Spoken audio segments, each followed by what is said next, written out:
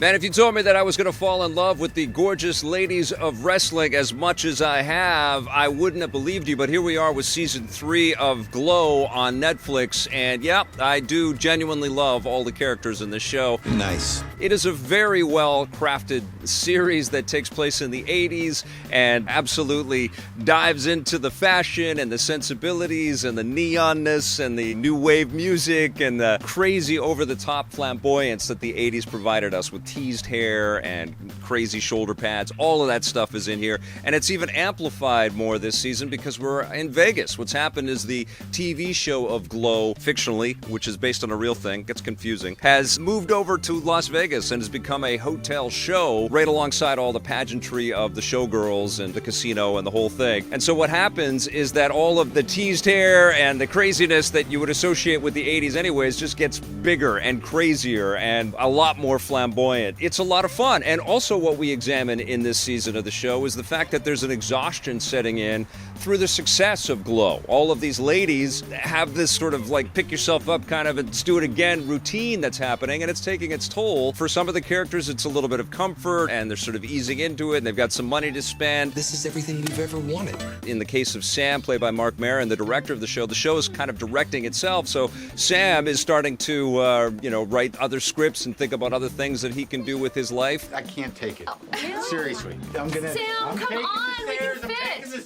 Ruth, played by Allison Brie, who's really the center of the show, is also feeling a little bit trapped, feeling like this might be the peak of her career and it's freaking her out, and she's going through all kinds of stuff in there. And there's also some interesting dynamics that are occurring between Ruth and Sam and Ruth's boyfriend, who's still in Los Angeles. There's a lot of connections and relationships that are still tied to Los Angeles. Betty Gilpin, who's playing Allison Brie's foil in the ring, she's a mom and she's away from her kid and she's grappling with that, but she's also the producer of the show, and she doesn't get the respect that she deserves from her partner, Bash, who is trying to turn this into a big, Vegas production, and he's starstruck by all the Vegas producers that he's meeting. And one of the sequences that I thought was really fantastic this season is the lady that plays Welfare Queen is an older lady. She's a mom, and she's gotten into the wrestling ring, and she's having a lot of fun, but it's really taking a toll on her. We see her trying to grapple with this by taking pain pills and drinking wine and getting into hot tubs and waking up and every day. And there's this sort of Groundhog Day routine, and you can just feel her back is just starting to really hurt as she's diving onto the ring, and it's just so effective and so powerful. And it made me think of Mickey Rourke's The Wrestler. It's done in a more comedic, lighthearted way. It's definitely a different kind of vibe than The Wrestler, but man, people that perform like this put themselves through hell for us, and this show doesn't hold that back.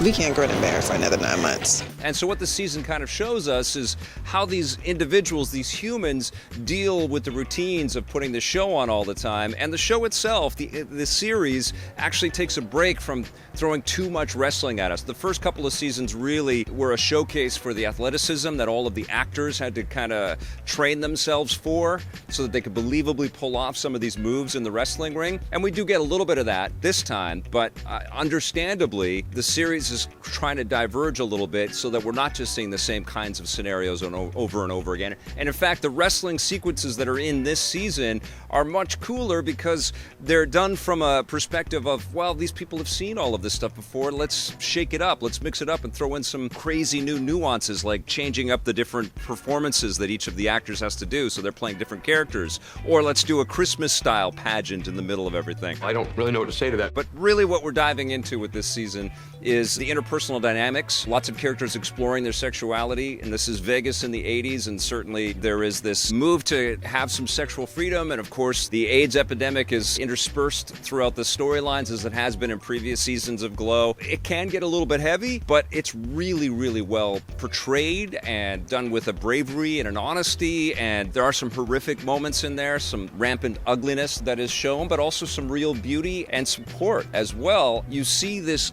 ragtag crazy group of characters becoming a supportive family and trying to take care of each other and really making sure that everybody is okay. And there's some awesome sequences that take the ladies out and they're camping or they're off at a horse ranch, and some characters that have some really nice twists and surprises in here because they're sort of stereotypical characters that you've seen in a million shows, and then they pivot and do something extraordinary, and it's just a nice, really subtle surprise that kind of underlines that, humans are never just one thing, and that's the stuff that really sinks into your heart, makes you feel like Glow is a very special series. God, I love opening nights. This is an extraordinary show. I'm really impressed with it. I really hope that there's a season 4. There's a pretty heavy emotional cliffhanger at the end of this season. But if you've been along for the first couple, you're going to love season 3. And if you haven't checked out Glow yet, you're in for a treat. It's an amazing show. I'm going to give Glow season 3 a 9 out of 10.